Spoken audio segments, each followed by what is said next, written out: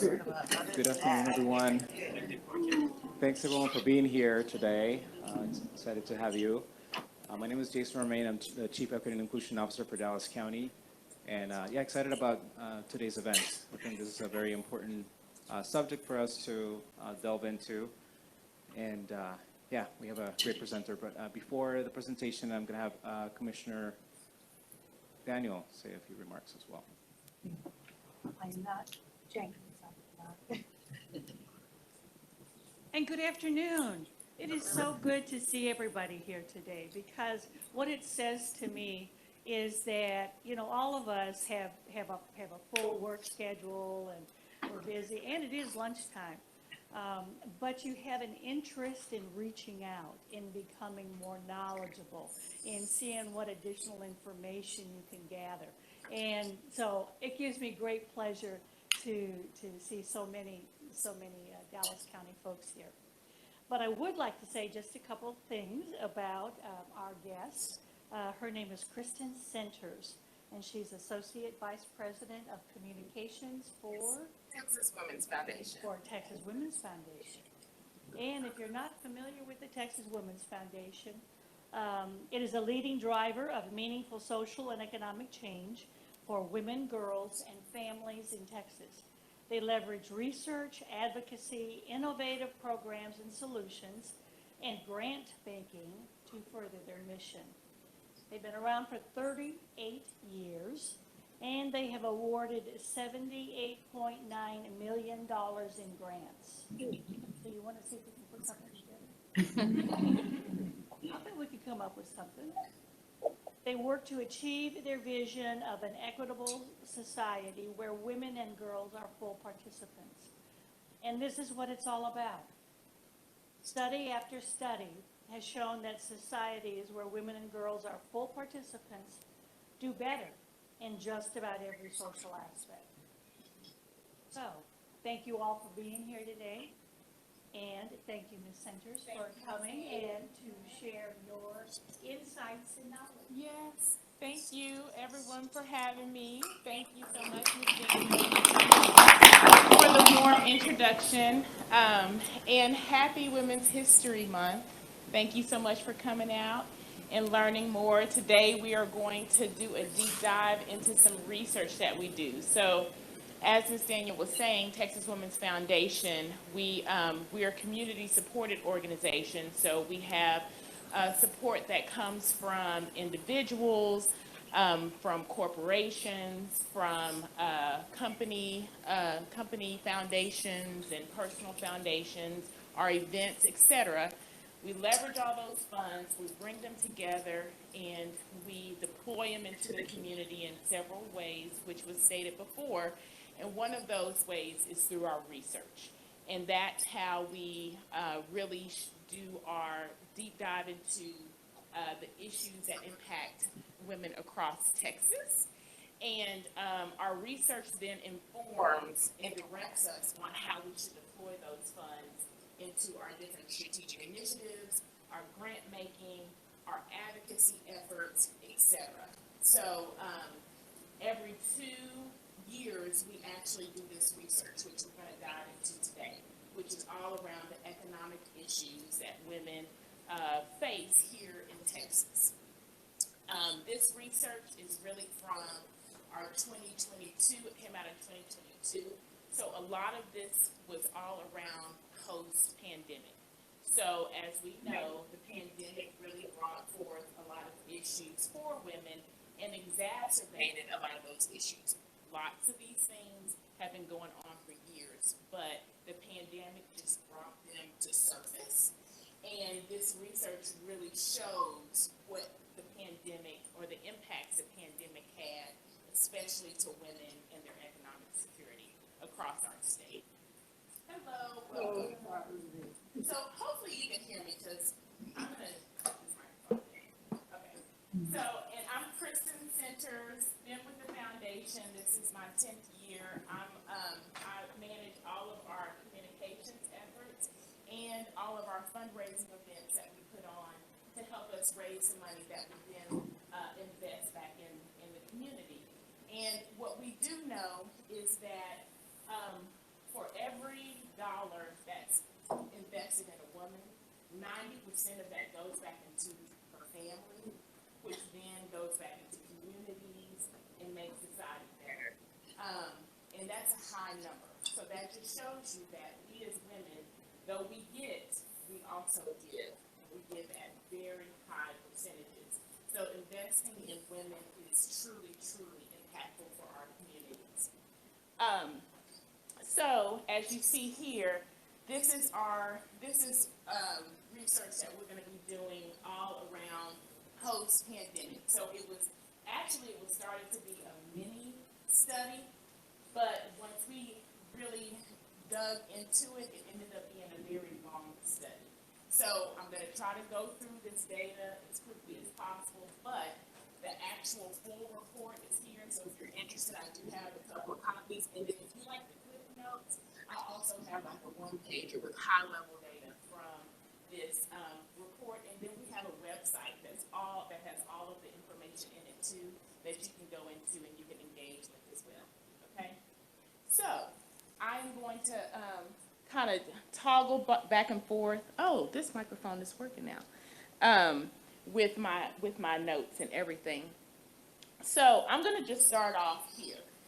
This month is Women's History Month, and I just thought I would just show a few of the articles that have just been published this month showing the issues that women are facing here in Texas. And I'll just read some of these headlines. Today is Equal Pay Day, which Equal Pay Day is in March, as the gender wage gap continues with alarming numbers into 2024. Then you'll see to the right of that where you'll see how Texas cities rank on gender pay gaps. And Frisco is the highest at that with a $52,216 pay gap with women and men. And then you'll just see how it looks with all of the others. So it's very interesting to see that data.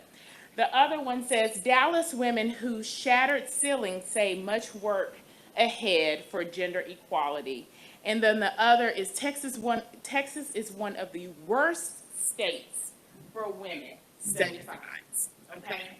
So these were just this month in the Dallas Morning News and other media publications around. So now I'm going to dig into the data so we can see just why that is. Okay? So we started off in 2014 doing our research around the economic issues that impact women in Texas. And what we found were there were 4 pillars, we call them, that really impact the financial security of women and girls. Those are education, childcare, health insurance, and housing. So this is what our research really dove into to see how each one of these issues impacts women and their true financial security. So before we go into that, we're going to go into the demographics in Texas and really dive into what these demographics look like for women in Texas. What we do know is Texas women contribute a diverse collection of lived experiences, perspectives, and voices to the state. So really looking at the demographics really can help us set the stage for the data that's coming up. So over the past decade, and you'll see that this data is from 2009 to 2019, the population of Texas grew 16%, while the number of Texas women grew by 18%. And now Texas is home to over 14.6 million women and girls, which means that Texas has more women than more than 46 states have in their entire population. So we actually are about half of the population of Texas. Numbers like this make it very easy to see that having a prosperous Texas is intimately linked to the economic security of women in Texas. So between 2009 and 2019, over 1.1 million women joined the working age group, which is ages 25 to 64. in Texas, which equates to about an 18% increase. And that's that blue line there at the top, showing the increase in the growth of Texas women. So now we're going to look at the ethnicity of women. So in Texas, 41% of women are non-Hispanic white, 39% are Hispanic or Latina, 13% are Black or African American, 5% are Asian, and 2% are another race. So overall, 59% of Texas women are women of color. Between 2009 and 2019, the population of Latinas grew by 29%, which is the largest increase in number. And that is the green line you'll see here, second from the top. Asian women in Texas, oh, thank you. Thank you.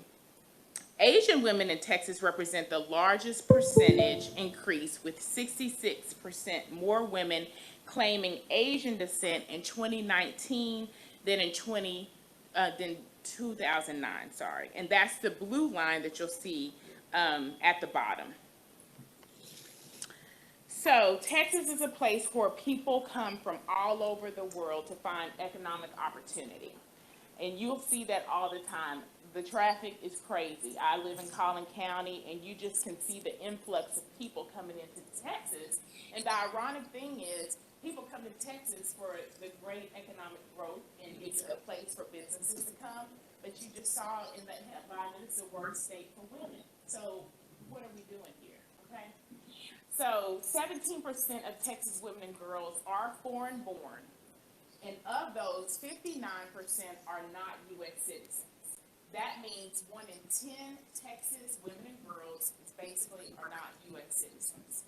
And the ever-increasing number of Texas women who are Latina is a demographic wave that will dictate our state's future. The issue that impact or impede these women will impact Texas. And the distribution of women by race and age is very important to understand as we move into later talks about education and childcare. So we'll really dig into the data and how the intersection of race and gender really impacts women.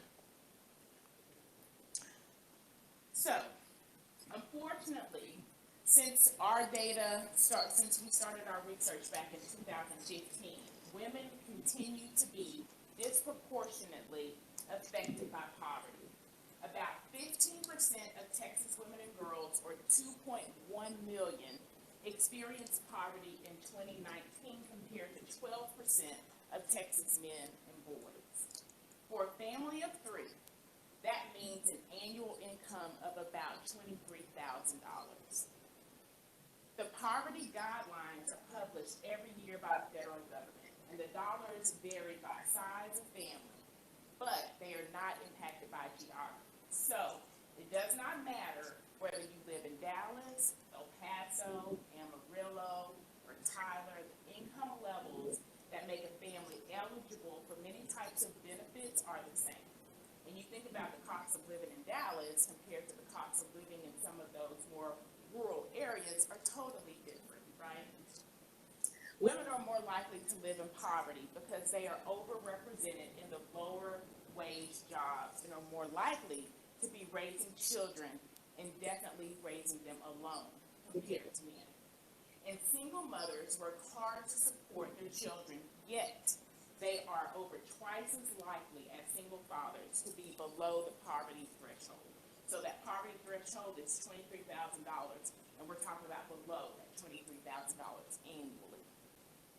Race and ethnicity also impacts the likelihood that a woman in Texas will experience poverty in her lifetime, with 1 in 5 Latina and Black women having incomes below the poverty line, which is more than twice that poverty rate of white women.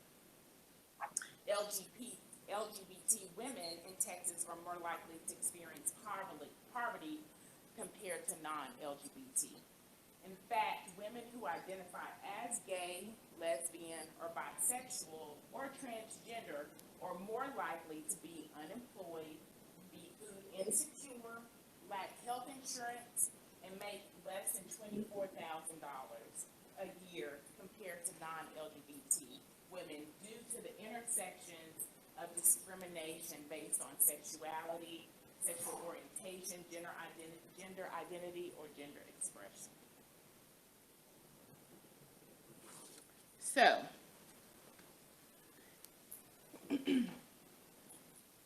So Texas Women's Foundation knows and acts on the ways that the intersection of gender, race, ethnicity, and class shape a person's actual lived experience. We take this into consideration in our granting, and we strive to also include it in our research. So we definitely dive into it in our research as we dig deeper. However, many of the data sources actually continue to be limited to binary gender and are greatly simplified. They have a greatly simplified identification of race. And so we like to try to look at the intersection of all those things, because we know that it really impacts a woman even more when you have all those different variables. And sometimes our data sources don't go that deep and dig that deep. We know that these overbroad groupings can mask the differences and obscure the way people, institutions, and policies actually treat members of various groups. So we can report on the data that is available, but we want to make it clear that really the story is incomplete, because there's so many more variables here that are in play when we look at the data and the actual lived experiences of our women that identify in different ways. So we're going to look now on the pay, and what we were talking about the pay gap earlier, so we're going to talk a little bit about that. And this information comes from the Household Pulse Survey that gives us a chance to look a little bit deeper at the impacts of unemployment, federal programs, and the impact on families. Okay. So it's no surprise that the pandemic definitely exacerbated the economic challenges many Texas women were already facing. And according to this data, over 60% of Texas women were in households that had difficulty paying for their usual household expenses during the pandemic. And this is where support like the CARE funding actually comes in. So throughout the report, you will find these peach colored, and it really doesn't look peach up here, so sorry, but there are some hints of color to the background of these slides. And, you know, with the charts and the boxes, and that color means that it is a COVID statistics or analysis from COVID. And this first one looks at how families met their monthly bills. So in 2021, 1 out of 4 women in Texas were in households that did not have their regular source of income from before the pandemic. And for those families who lost a job in some way, probably due to the pandemic, the top 3 sources of their funds or income for their monthly bills were credit cards and loans, using money from savings, and support received through the stimulus payments. So that just basically means that your security net was depleted during the pandemic due to that loss of source of income. So there were 2 types of financial supports provided to families during the pandemic. The expanded child care credit and the stimulus payments that a lot of us are familiar with. And the child care credit changed in 2 main ways during COVID. First, the amount families received increased from $2,000 per child to between about $3,000 to $3,600 per child, depending on their age. And second, the families received half of their allowance in advance on a monthly basis, rather than waiting to receive that entire amount at the tax time. In the second half of 2021, Texas families received over $9.5 billion in advanced tax credit payments, with an average monthly payment of about $445 per family. And these two changes made significant impacts on child poverty and child hunger. 50% of families reported using the tax credit for food costs, followed by education and utilities, and those are the top three lines here that you see. And something that we learned in the past couple of years, as we've been really diving in and working on the issues of eviction, which we'll talk about a little bit later, is that actually when you have your utilities disconnected, that's grounds for eviction. So we know that that is really important, that women make sure that they're taking care of their utilities, because if not, they could actually be evicted from their home. So that's clearly a housing stability issue that a lot of people really did not know about. So one more COVID slide we have here. We actually look at education, and the pandemic really highlighted caregiving, and women actually played an outsized role here. So care for children, care for family, and to be honest, care for important parts of our economy. Over 20% of women work in fields that were considered essential during the pandemic. And here you see the percent of workers in these particular fields that are women, and in many cases, it is considered about half. These are also some of the areas, particularly in education and childcare, that are slow coming back, where shortages of staff inhibited families to go back to work in their own jobs. So that was also a really big source of women's economic security that was impacted. And these caregiving roles are traditionally very low-paying jobs. Average caregiving wages nationally are about $25,000 per year, and over 40% participate in some type of public benefit just to make ends meet. Cities such as San Antonio and Austin, and counties like Dallas, Bayer, and Travis have raised the minimum wage of their own employees from $7.25 per hour to $15 per hour, just moving them a little closer to a livable wage. But over 2.5 million women would benefit if Texas or the federal government raised that minimum wage, as 6 of 10 minimum age workers in Texas actually are women.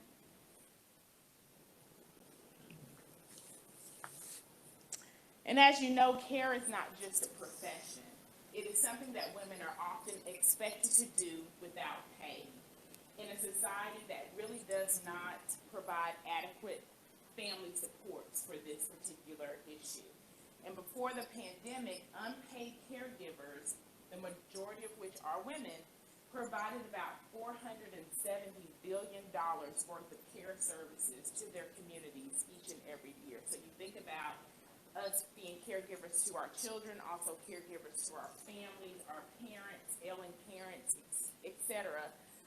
These are wages that we don't get, but it's a service that we give to our families. When families leave work to provide care, research reported at the Asset Funders Network shows that unpaid caregiver will lose about $300,000 worth of earnings over their lifetime. And U.S. working women lose about $20 billion every year due to providing unpaid or underpaid caregiving services to family members and close friends. So that's just a little bit about our pay, our wage gap, and some of the stuff that we see in the variables that have caused that. Now we're going to dig into the 4 pillars that we talked about a little bit earlier. The first one we're going to talk about is education. And of course, as we know, education really sets the stage for opportunity and future economic stability.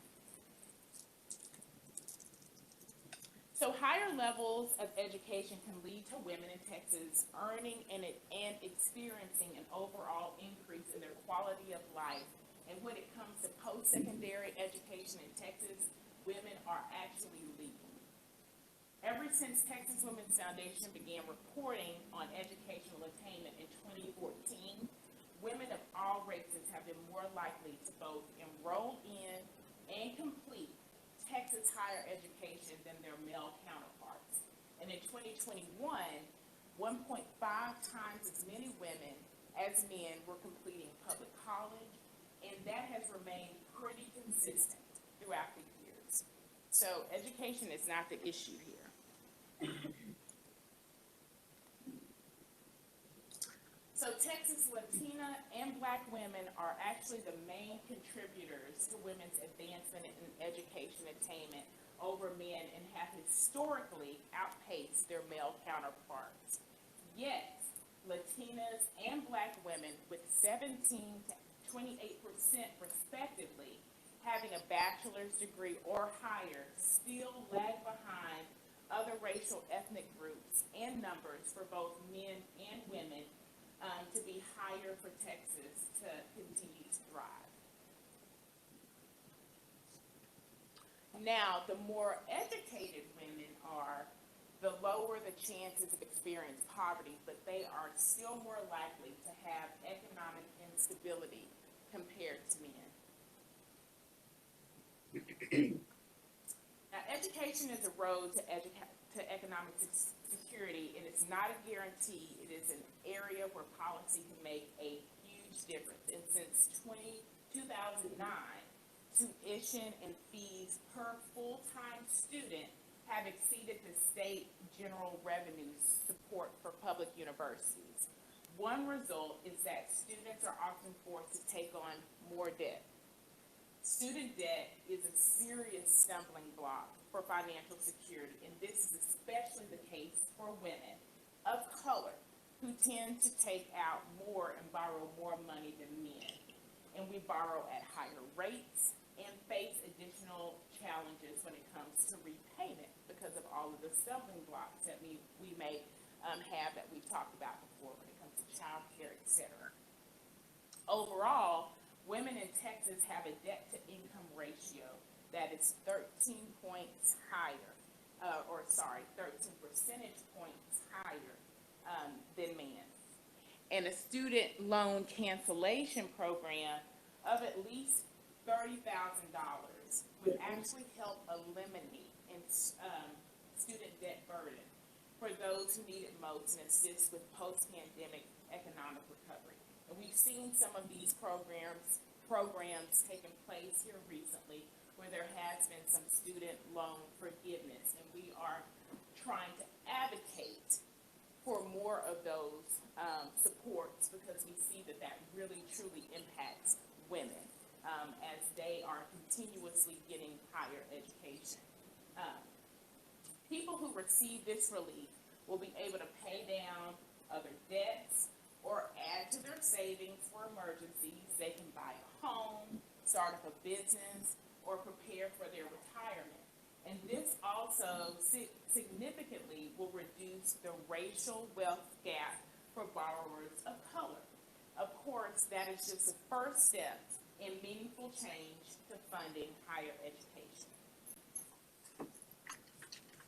Okay, so a little bit more data here. Of course, I'm not revealing any big news here when I tell you that this is another area that COVID once again impacted.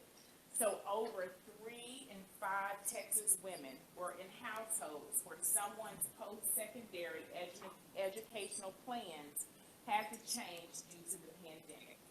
So in these homes, almost 1 in 3 reported the change was because they were not able to pay for educational expenses due to changes in income, which is the second line there. And I'd also like to point out, referring back to the cost of care, that 9% of those changes in educational plans were driven by disrupted child care arrangements for their children. which the second line and third lines from the bottom, which shows those as reasons why women had to drop out of college or pause their educational attainment due to issues from the pandemic. So to close out education, we have some takeaways here. We do this at the end of each one of our pillars so that we can look at ways in which we can work to try to mitigate some of these issues and support some of our women in those. So Texas women have been increasing their educational attainment, which we show in the data, across all institution types. And women of color are key contributors to educational attainment. However, both the pandemic and student loan debt are threatening women's enrollment, persistence, and ongoing economic security. So now let's move on to child care. So as over half of women, Texas women, especially mothers, work to support their families, access to quality, affordable child care is definitely imperative.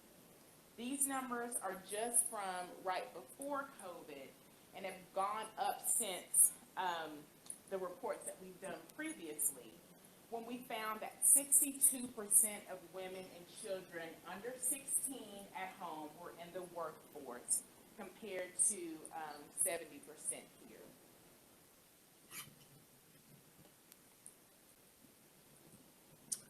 So for those who could find it then, cost care, or the cost of child care, just continues to rise. And I know I have 2 children. I remember when I was like, oh Lord, I'm pregnant with my second. What are we gonna do? Child care is just so expensive. You have 2 children in child care at the same time. You're like calling people like, is there anybody that can keep my babies during the day? Because it is very, very expensive. The costs increased by 16% from 2018 to 2021, and it just continues to increase. And that's across all age groups of children, and that means that child care takes up an increasingly large portion of most women's earnings, leaving less money for other, of course, necessary expenses that we have. For Texas women making the median income, now we saw earlier where most women are the face of poverty, so they're making less than that income, which it was at $23,000. But this is looking at women who are making the median income of $41,700 or $41,700. Year-round, full-time infant care takes up 21% of their earnings. And that's that gray bar over to the far right. So once again, looking at the intersection of race and ethnicity, you see that for Latinas with a median income of $31,500, the percentage of pay is much, much higher. So here, this is another kind of peach-colored look that speaks specifically to COVID. And it's showing all the ways families adapted to care for their children during the pandemic. And you would truly have to have been living under a rock not to know that, of course, COVID has thrown through child care arrangements for pretty much everyone into disarray. People just did not have that, which then impacted their work. On top of rising costs, during the pandemic, it led to a decrease to child care availability and child care services. And even now, you see that a lot of the women, not only did it impact women mothers, but the people who are running child care centers are usually women too. And a lot of the women who were running child care centers, their source of income got disrupted because a lot of them had to shut down during COVID. So it was impacting women, all around. From July to October of 2021, about a third of Texas women were in households where children under the age of 5 were unable to attend daycare or another child closed or unavailable or unaffordable due to different concerns, some of it with safety concerns, etc.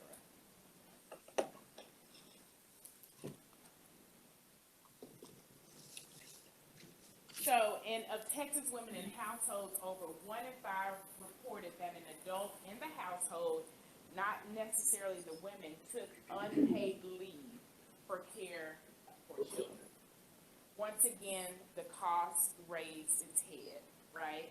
Taking time out of the workforce for child care or elder care is a major driver of the gender wage gap that we talked about before, and it's likely yet to get worse as we just continue to go into the future. And due to these unexpected costs and homeschooling activities, you saw that there was a huge gap in some of the women's resumes because you saw that women had to leave the workforce in order to take care of their children. Now that we're back to normal, they're going back or looking to go back into the workforce, but you see this big gap in their resumes. So for managers, what we're saying is when you are making hiring decisions, check your biases and make sure you're not discounting the applicant's commitment to work because of the pandemic gap in their resume. Another important way to support women in the workforce and reduce the gender wage gap is to not ask for salary history during the hiring process. So let's look at some takeaways here for child care. Of course, we know it's a critical work support for women, especially working women with families in Texas. And our society must find a way to make child care affordable for all because spending 21% just for someone with a median income, but even higher percent for the women of color that have less income, which is about 27% for Latinas, is not sustainable. And this is an important area where COVID is going to be felt and is still being felt for a very long time when you see how the pandemic has impacted this over the years. Okay. We've got 2 more left. So now we're going to go into our third pillar, which is health insurance. And that is definitely a financial shield against unexpected and even some of the normal health experiences that we cover. So in Texas, over 1 in 5 working age women are uninsured, twice the U.S. uninsured rate of women in this age group. We are focusing on working age women because children under 18 are eligible for things such as CHIP, and then women over 65 are eligible for things such as Medicare. So in total, we're looking at about over 2.5 million women in Texas who are uninsured, and this was before the pandemic. Texas ranks last in the country for women's health insurance coverage. And you see that coverage is very different when you add the intersection of race and ethnicity, with Hispanic women and Latinas experiencing more than double the rates of uninsurance. So the ACA Marketplace health insurance enrollment increased, of course, during due to the expanded subsidies during COVID, with over 1.8 million new Texans signing up for Marketplace coverage in 2022, a 42% increase from the previous enrollment years. And those expanded subsidies are now with us for another year, which is very good for Texans.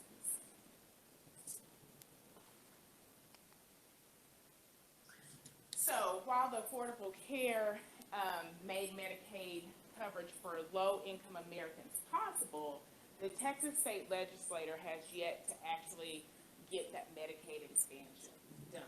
And as a result, Texas has 406,000 uninsured women who are below the poverty line, who lack affordable coverage options and are below the income level to access any kind of health care subsidies. These women could have Medicaid coverage if the state were to actually act on that. In addition, Texas Medicaid has the most restrictive income limits in the country, and few actually qualify. For example, a single mother of 2 children would need to make $230 a month or less to be eligible. Yeah, you heard that correctly. A mother with 2 children would need to make less than $2,760 per year to receive Medicaid, but we're not counting during pregnancy because, of course, they're covered. Benefit levels vary by state, but over half of states with expanded Medicaid use 100% of poverty levels. So that family of 3 could make closer to like $23,000 per year and still receive Medicaid, but Texas is not in that predicament. And in 2021, Texas legislature extended coverage for postpartum Medicaid for 60 days to 6 months. And finally, a little bit before that, HB 12, as you know, since then, extends the duration of Medicaid coverage provided postpartum now to a full year. So the Texas Department of State Health Services has determined that almost 1 in 3 pregnancy-related deaths occurred 43 days to 1 year after birth. They also found that 89% of pregnancy-related deaths could have been prevented by expanding postpartum Medicaid to 1 year. So that was a little bit of gain there. So another important piece of women's health and economic security is access to contraception.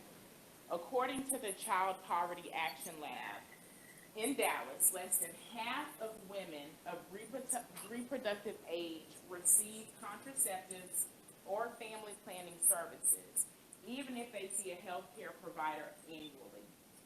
And the most effective types of long-acting contraception actually cost about $1,300.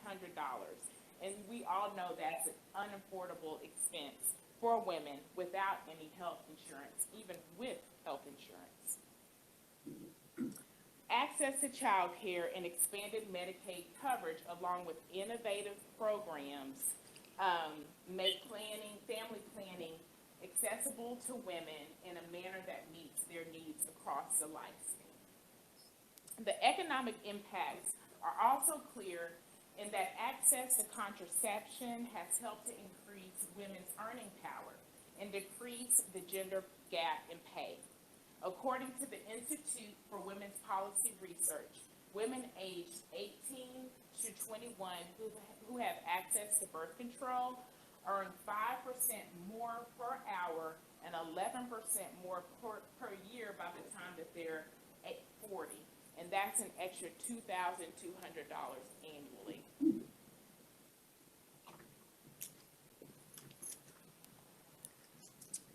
So, 4 health insurance takeaways. Texas women are twice as likely to be uninsured as women in the rest of the nation. Over 1 in 5 uninsured working age women across the state, with over 1 in 5 that are across the state. Texas needs Medicaid expansion, and it would have immediate effects on 406,000 Texas women who are below the poverty line and lack affordable health care options. Last, women of color are the least likely to have health insurance, with over 1 in 4 Hispanic women uninsured as compared to 1 in 10 white women. And we really see this impact in a pregnancy-related death rate for Black women in Texas that is much higher than any other groups.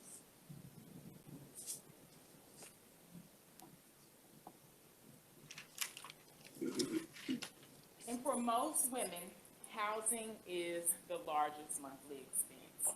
Where a woman lives determines where her children go to school, how long her commute to work is, and whether she feels safe. Housing costs are considered to be way too high when a household spends 30% or more of their income on housing. Such families are considered housing cost burdened and have less extra money to spend on necessities like healthcare, transportation, groceries, and childcare that we were just talking about. Beyond affordability, the pandemic specifically has intersected with and worsened housing-related problems such as family violence, and has renewed awareness of the importance of internet access for both work and education.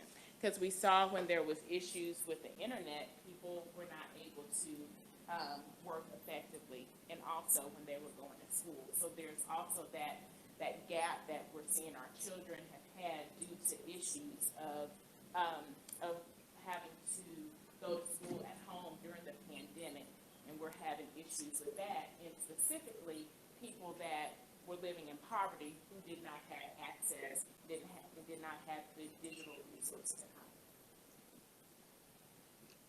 So, eviction. Eviction was not something that we dealt with much in previous years, but now it is an unavoidable starting point. Despite a federal eviction moratorium that was intended to protect renters from the pandemic that started, many Texans have been evicted due to lack of enforcement. Now that, and the moratorium ended years ago, evictions in Dallas, Fort Worth, and Houston have increased up to astronomical levels. And Travis County, which is in that Austin area, has been significantly lower than other major Texas counties, but its local eviction preventions, it expired 2 years ago. So a lot of that is starting to change, and you're seeing homelessness is increasing considerably. However, even without the eviction moratorium, Austin we saw in our research that it had much better tenant protection laws, so their eviction numbers were still lower than other cities across Texas, even accounting for the population size differences that we saw. And so the eviction moratoriums were not really a real answer, because landlords, of course, they have bills too. And we don't want to appear to say that we have free rent forever.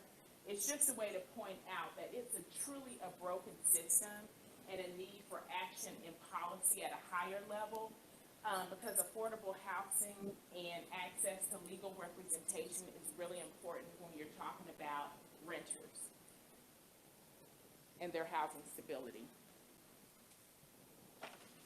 So as in our other pillars, it's important to continue to be aware that of the interplay of gender with race or ethnicity, which we've brought up multiple times.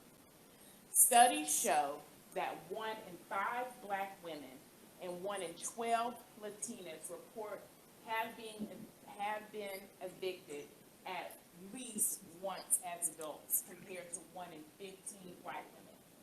Also, women with children are more likely or most likely to receive at least an eviction judgment, which, when that is on your files, that will then impact you from being able to then find more housing.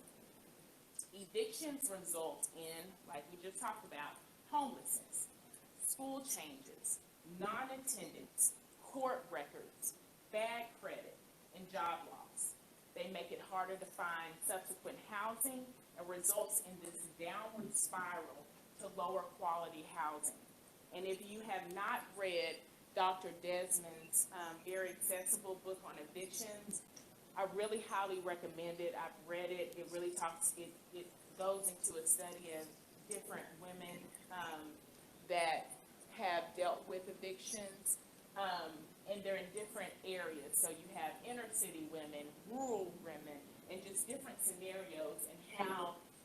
come to have, unfortunately, experience addiction.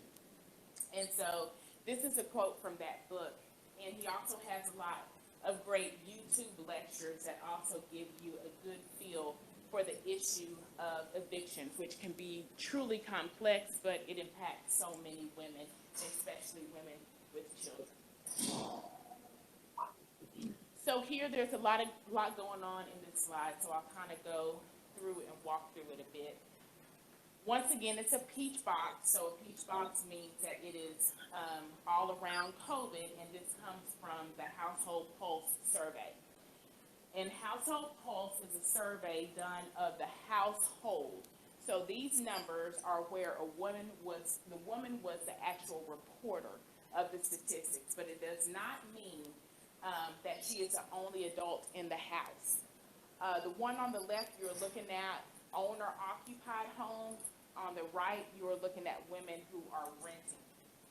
And between July and October of 2021, 16% of women in owner-occupied homes who had a loan lacked confidence in their household's ability to make next month's payment, the blue and purple slices. And in the same time frame on the right of your screen, 37% reported that they lacked confidence in their household's ability to pay next month's rent. Once again, well, we're just about done.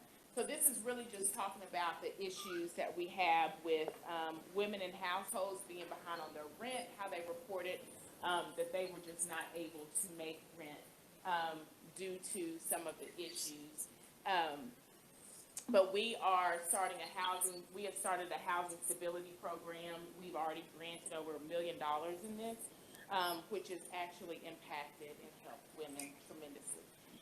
These are just some housing takeaways with just some of the things that we are trying to do within the organization and working with policyholders to try to help with this specific issue of housing and specifically addiction.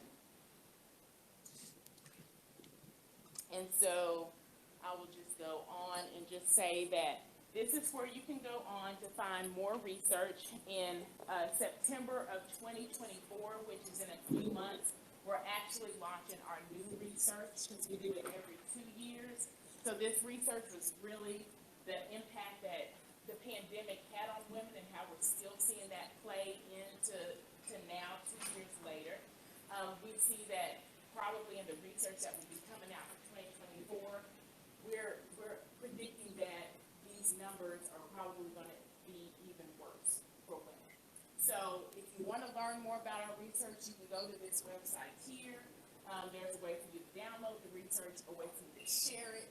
There's a social media digital kit, so you can send it out to your friends and your network, so you can really shed a light on the impacts and the issues that women face here in Texas.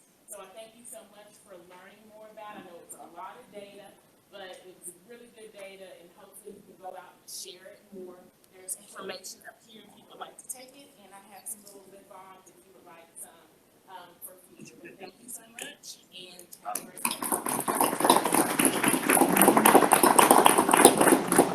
I just want to say thank you, Kristen. This was obviously chock full of information. And I'm so glad that we were able to do this, and thank you, Jason, for setting these kinds of information sessions up for us. Because we all leave, I think, a little bit stronger, a little bit better. So thank you for all of your work and what you do. Thank you. Pass it along information. Yes, thank Can you you. go back to the slide right before this so we can see the legislative agenda? Thank you. This right here? Yes. You can take a picture.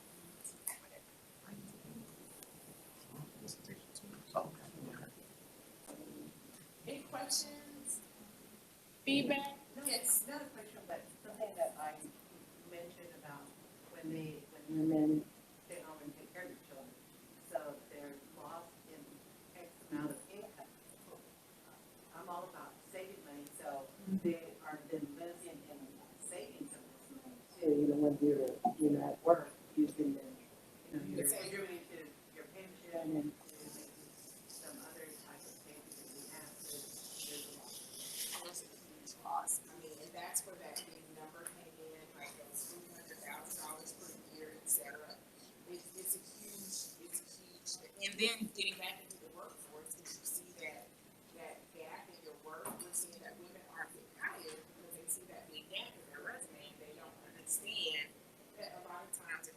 because you're a child care, which a lot of times just isn't appreciated the way it should be for women, because it's a big part of who we are, what we do.